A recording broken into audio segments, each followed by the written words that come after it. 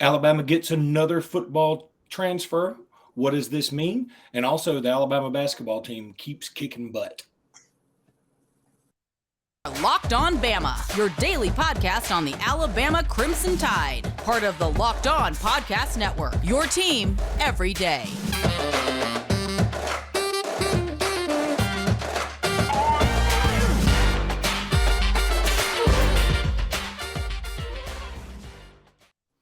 Hey, everybody, and welcome back into Locked On Bama. Luke Robinson, that's me. Jimmy Stein, that's him. Jimmy, how are you today?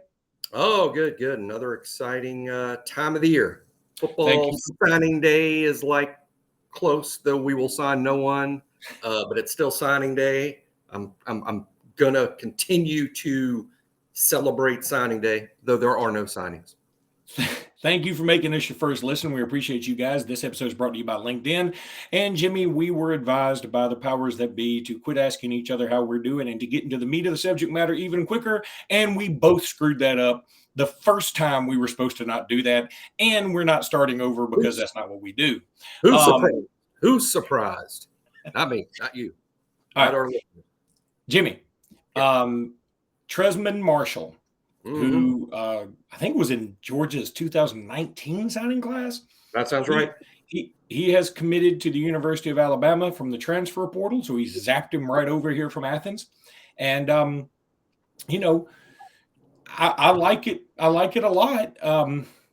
But I really want you to explain to me, is this as big a win as I think it should be? I mean, I like it. I do. I like him a lot. He was very highly touted coming out of high school, and he's played well at Georgia when he's played, but he's been injured.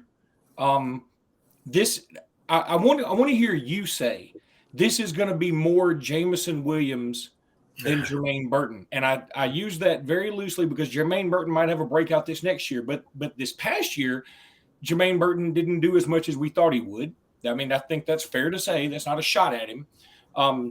But Jamison Williams did more than we thought he would. So which one are you leaning? Actually, neither one. I don't think it's a good comp. I think the best comp is not even a transfer portal guy. Look, when this first happened, I was like a little confused. I mean, in terms of like, why did we really go get an inside linebacker, even though we sort of, we know this kid, because we recruited him and we were kind of a backup, we probably finished second, third, or, we were in it, when he chose Georgia back in 2019. But this isn't really, I think what I want everybody to, I think with Tyler, let's use Tyler Harrell as a situation where I think we did a pretty good job here on the show of dimming down expectations, and we were correct to do that. We probably should have been more adamant about it at the time. It's certainly how I felt at the time, that Tyler Harrell probably wasn't going to play much, just simply because of what kind of player he was and where Alabama was on the depth chart. I don't think this is Tyler Harrell, though. I think this is a step up. Maybe everyone that listens to the show will remember about literally 1 year ago today or so, we recruited Jalen Moody out of the transfer portal. And I know that sounds ridiculous because Moody had been on the team, but if you think about it, it's the same thing. Moody had been in the portal, and he was going to go, frankly, he was going to go to Texas. And we, after a couple of other of our inside linebacker plans, including Drew Sanders, fell through, we went back to Moody and said, look, our situation's different now. Christian Harris went pro. Drew didn't want to move inside. He left. We didn't get everybody in recruiting we thought we might get, or we'd hope to get. We have an opportunity for you. You should come back and play here, because you're going to get an opportunity at least while Deontay Lawson is still learning the ropes. And that's what he did. And at Alabama, even though Moody wasn't a superb player, wasn't an all-SEC player, isn't likely to be drafted, but we really needed Moody. I think obviously he started many games. He played a lot. Then Lawson got hurt and he had to play more. And it ends up we really needed Jalen Moody, and going and re-recruiting him, getting him out of the transfer portal, because Moody was an experienced inside linebacker in our system, and he could at the very least hold down the fort until a younger player like Justin Jefferson, like Sean Murphy, like Jihad Campbell, until those guys are ready, we have an experienced player that's a good plug-in. And that's how I think of Trez Marshall. I think he's Jalen Moody. And that's fine. That's fine. That doesn't need to be disappointing because he's not Jamison or To'o To'o. I think in retrospect, thinking it through that way, this was a really smart thing to do. But it's a smart roster move by Alabama. Not so much, hey, here's a total badass. That's not the case, or it hadn't been the case at Georgia. Although that said, I'm not sure Georgia ever really got the full Trez Marshall experience because Trez missed basically all of 2020 and 2021 with injury. Really, 2022 is the only healthy year they got out of him as an experienced player, but they already had two All-American types starting at inside linebacker, so he couldn't really get on the field that much. Yeah, and one other thing I worry about with transfers sometimes is if you get a transfer from a program that maybe is a little smaller or maybe hadn't had a ton of success or whatever, they're not going to be familiar with the work ethic it takes to succeed at Alabama. Obviously, Georgia has a program very similar to Alabama's, and he will be acutely aware of what it takes to be on the field at Alabama, whether he's been injured or not. He just being around it through osmosis, he's going to know what it takes to be on the field at Alabama. So I think that is a big positive. And you're right, we could use the depth. He doesn't have to be a superstar. He just doesn't have to be. I mean, I think we're all hoping Deontay Lawson takes that role. And we also have some young dudes. So if he can just be a very, very good player, he doesn't have to be all SEC. If he can just be very solid and help raise some of these young pups that we have that are uber talented, I think mission accomplished. I think we can make it happen, Captain, like that. So, Jimmy, we're going to go to break. I'm going to tell everybody about LinkedIn. I want to tell everybody a quick story though, because Jimmy, I know that you've gone to games and been recognized. I today at Lifetime Fitness, where I talk about Built Bars all the time because they have Built Bars there. A guy named Brad Friedman came up to me and goes, "Hey, love your podcast." And I was like, "That's awesome." And Brad played tennis at Alabama from like 99 to 03, super guy. And we just stayed there and talked for a while. So if you are watching this, and you know what? We have over 3,800 subscribers, and about half of them I didn't even create fake accounts on YouTube for. So that's 1,900 real people. Not 1,900 bots, but that's okay. If you recognize Jimmy and me and you want to say something to us, come on up and say something to us, even if it sucks. I mean, we'll pretend it doesn't, or we'll pretend it doesn't hurt our feelings if you say something bad, and then we'll go in the car and cry. I want to tell everybody about LinkedIn, LinkedIn Jobs. That's where you want to go. You do. We use it over there at Robinson Iron, where I work, and we use it at Satterfield, part of my family's corporate structure. As a small business owner or hiring manager, you know that success in 2023 all depends on the team members you surround yourself with. That's why you have to check out LinkedIn Jobs. With LinkedIn Jobs, you can hire qualified candidates more efficiently by matching open roles with people who have the skills, values, and experiences to help you achieve your goals. LinkedIn Jobs helps you quickly attract qualified candidates to your open jobs with targeting tools. They go beyond the resume data by using insights from your job post, company, and 875 million member profiles. That's a lot of million member profiles. 875 million, that's a lot of member profiles. Am I crazy to think that's a lot of member profiles? They're probably all fake, like the YouTube thing that you did. Thank you, Jimmy, for costing us this sponsor. LinkedIn Jobs makes it easy to screen and rate applicants based on your job qualifications, all on one platform. LinkedIn Jobs helps you find the qualified candidates you want to talk to and helps you find them faster. Post your job for free at linkedin.com/lockedoncollege. That's linkedin.com/lockedoncollege to post your job for free. Terms and conditions may, and I bet they will, apply. Also, want you to go check out Locked On College Basketball. Look, we're about to talk about Alabama in this next segment. Locked On College Basketball. If you want to hear about Alabama some more than just us, and you want to hear some national dudes talk about it, we're going to brag on them. But the national dudes are bragging. Go to Locked On College Basketball. It's part of the Locked On family. They do a magnificent job. I've really enjoyed listening to them lately. So let's talk a little basketball, Jimmy. That's one thing. Brad Freeman, who played tennis at Alabama from 99 to 03, and I just met. He and I talked about it. He said, man, what about this basketball team? And I said, on the podcast, I've been telling Jimmy that every game, no matter how good we are, there's some point in the game where I think, okay, here's the grand piano that's going to fall on my head like Wile E. Coyote. I mean, that's my standard line. I mean, I just feel like it's always going to happen. And I felt that was coming. I want to say there was like 6 minutes left, maybe 7 minutes, maybe 8. I can't remember. But when Missouri cut it to 12 on a finger roll, we called timeout. The place is popping. I mean, the whole everybody's jumping up and down, doing their thing in the stands. And I'm thinking, here comes their run. And you know what we do? We go down and pop a 3. We called timeout, ran a great play, popped a 3, killed the run, and it's over. Now, past Alabama teams would have probably lost that lead. Not this bunch.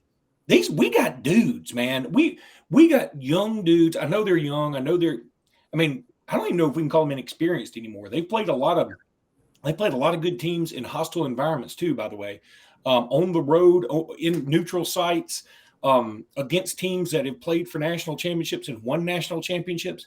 We've been through the ringer. And now I don't know that we can call them young pups anymore. And also, as you and I have alluded to several times, basketball is a little different because now you play AAU so young that you're around dudes that are just awesome all the time anyway, that like you don't get as intimidated anymore. So it's amazing to see how tough this team is. How about Bradley? And again, we got a gazillion things to talk about. But what I loved about Bradley, there were a couple of times I thought he got the raw end of the stick on a call. I thought that there was one play where he went in. I thought he got fouled. They called it a jump ball, things like that. And then he decided he got a breakaway one time. He's like, I'm just about to dunk this on somebody's face. That was very Rucker Park, New York of him, because frankly, he didn't get up high enough to do it. But he was like, I don't care if I can actually do it. I want to make this statement. And he's so New York. It's just great. I just love his toughness.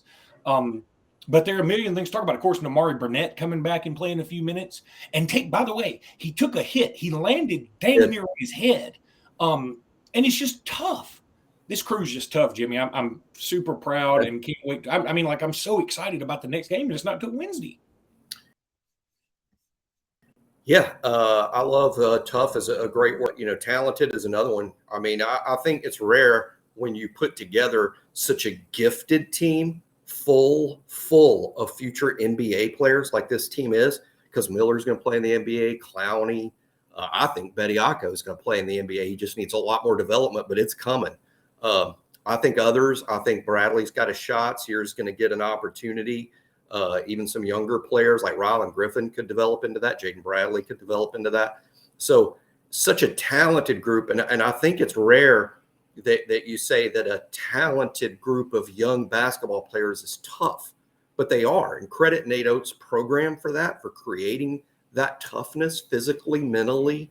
And what another thing I'm impressed with, and there could be 30 to list, but another thing I'm impressed with is, every team, even good teams, football, baseball, doesn't matter what the sport, hockey, I'm sure the same way. Every season, the season is long. And in the season, there's stretches where you play your best of the season. There's stretches where you're not playing well and you're sort of in a slump, or it's just not going right. And then you kind of bounce out of it and then maybe dip again. And then hopefully the goal that everyone has is to be playing their best when March rolls around and you're in the postseason.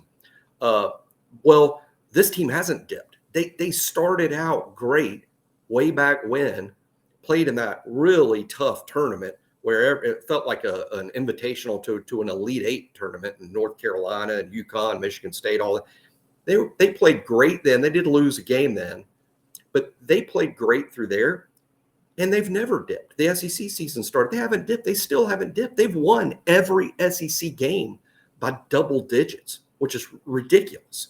So I'm just impressed by, again, to me, that's a sign of toughness. They're want to achieve something great. They're not just going to sit back and go, "Hey, we're all great players. Things are going to work out really good for us individually." No, they're a team. And I'll go this far. I bet 5 years from now, when Brandon Miller is into the 4th year of his stellar NBA career, his max contract. Yeah, he's going to be asked by some reporter about, do you have fun playing basketball? And he's going to say something like, "Oh, the NBA is great, and I'm having a great time, and it's awesome to play against the best players in the world every night. But the most fun I've ever had playing basketball is my year at Alabama."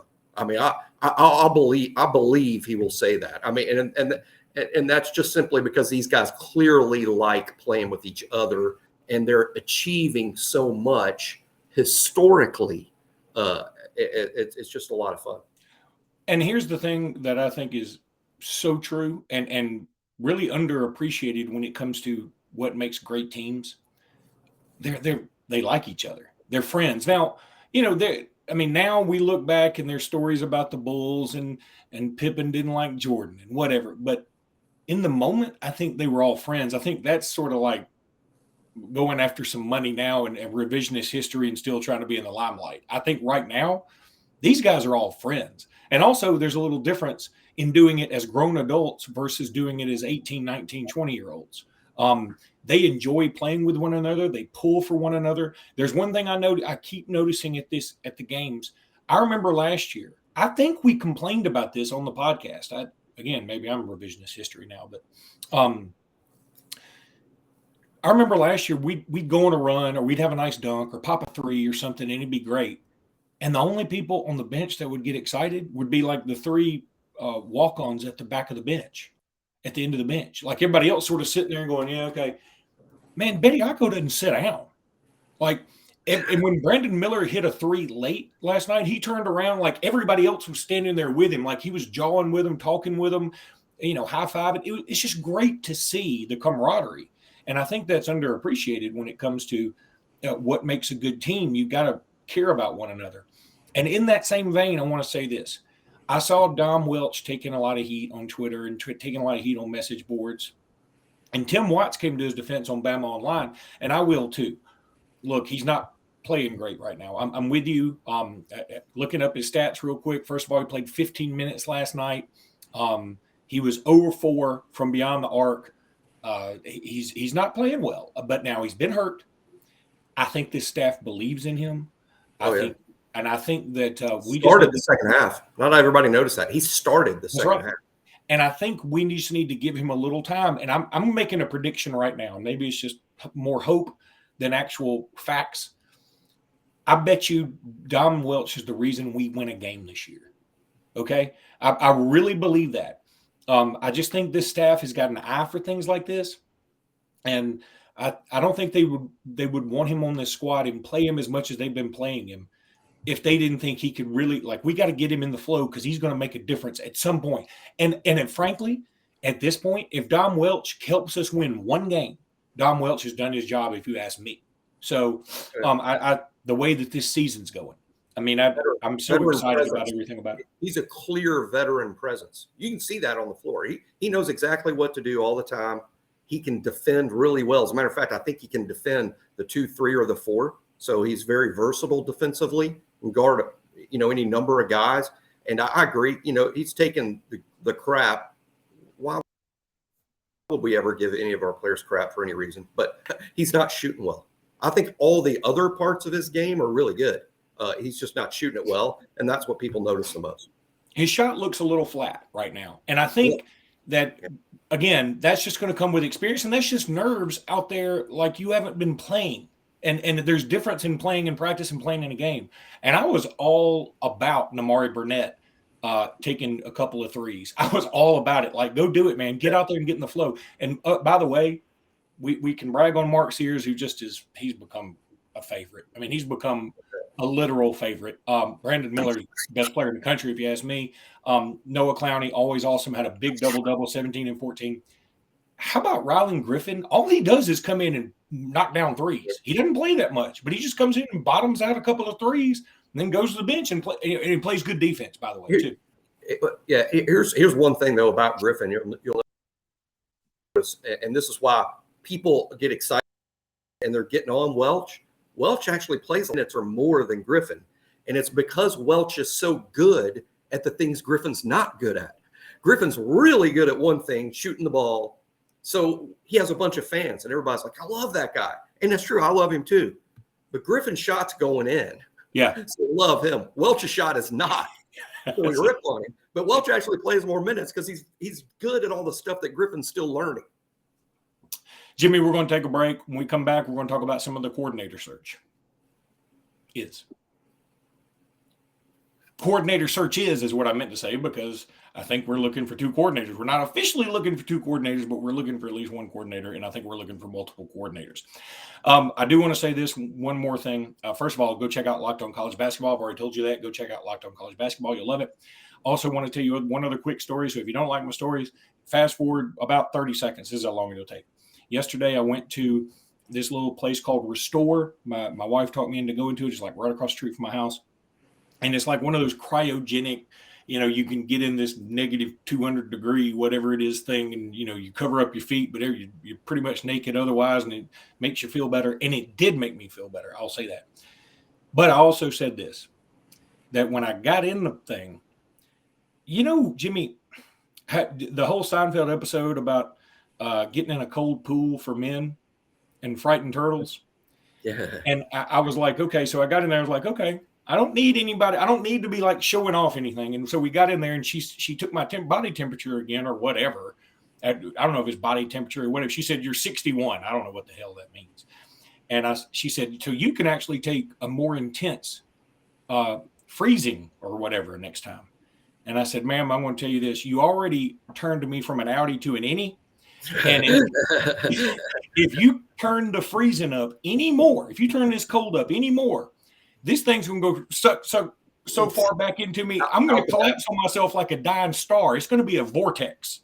So I don't think I can take it any colder. And also, I just can't sacrifice anymore. This is what God gave me, and I want to keep it this way.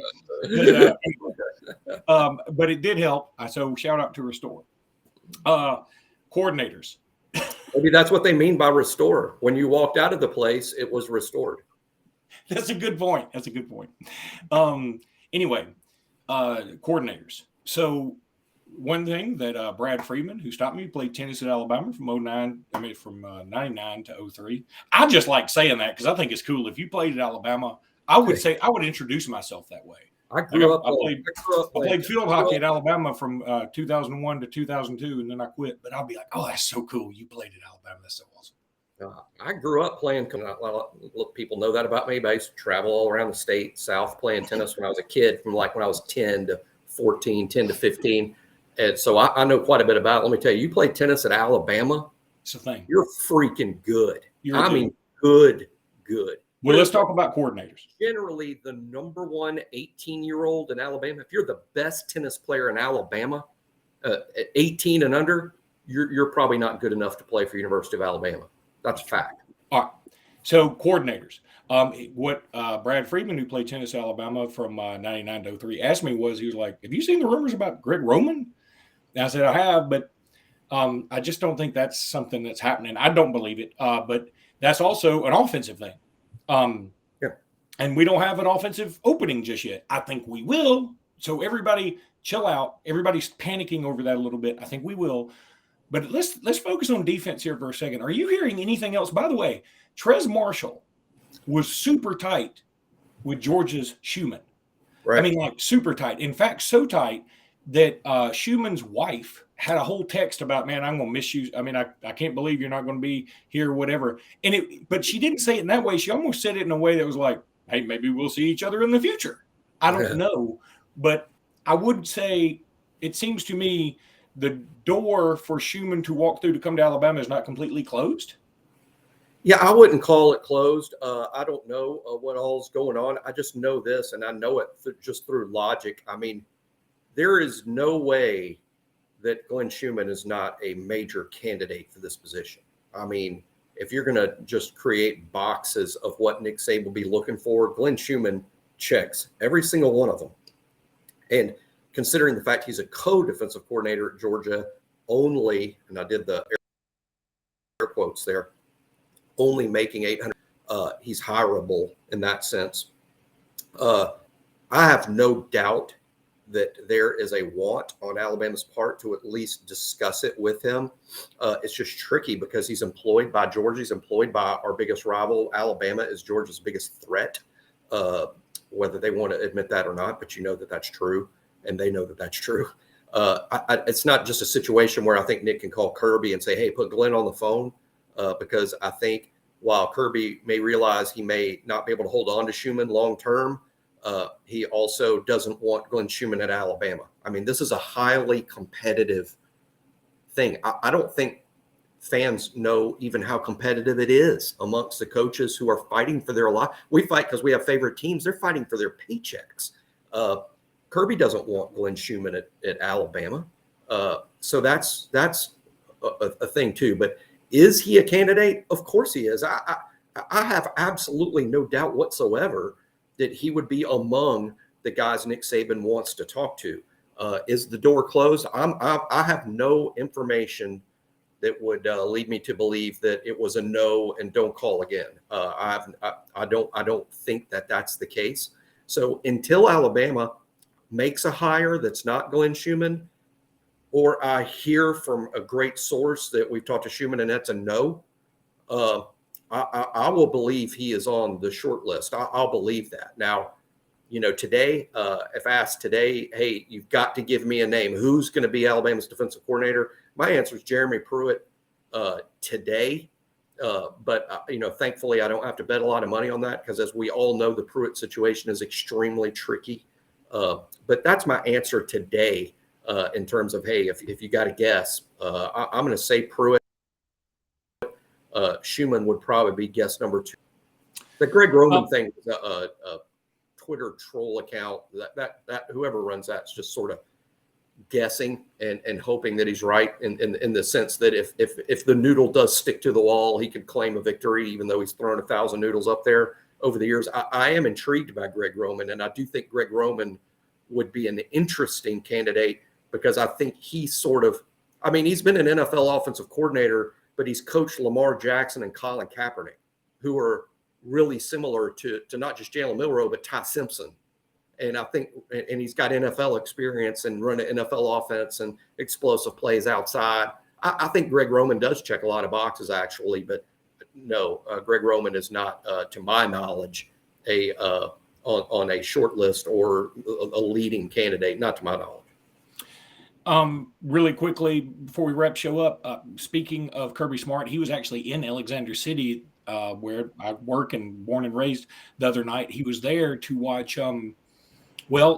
Turns out I was told he was there to watch DeMarcus Riddick from Chilton County, who's committed to Georgia, very good player. They were playing Benjamin Russell, the hometown school there in Alex City, and Alex City. Benjamin Russell also has a wide receiver named Malcolm Simmons, who's a very good player. He grew up in Alex City, then moved to Georgia, played a couple years, I think, and then now he's back at Benjamin Russell, played last year. Very, very good player, electric, a lot of fun. I hope Alabama gives him a look. He's a top 125 player, I would say. And then Alex City also has a 9th grade kid whose name escapes me right now, but he's very talented, big kid. And as you all know, not that this has any correlation at all, except for the fact they're from the same hometown, of course, Terrell Owens is from Alex City. So whenever somebody tall and a good wide receiver is on a BRHS team, they're going to say, that reminds me of Terrell Owens. And I've had a couple of people say that, but I don't know if it's true or not. I didn't even see him play yet. So I just thought it was interesting. Somebody said that Kirby was there, not only see Riddick, but also check out those 2 guys who I believe also play on the Benjamin Russell basketball team. I just thought it was interesting. So, Jimmy, that's going to do it for today's podcast. We will be back tomorrow. And, Jimmy, we're about time to get into your countdown. So we might be starting that tomorrow. So until then, roll tide, everybody. Roll tide.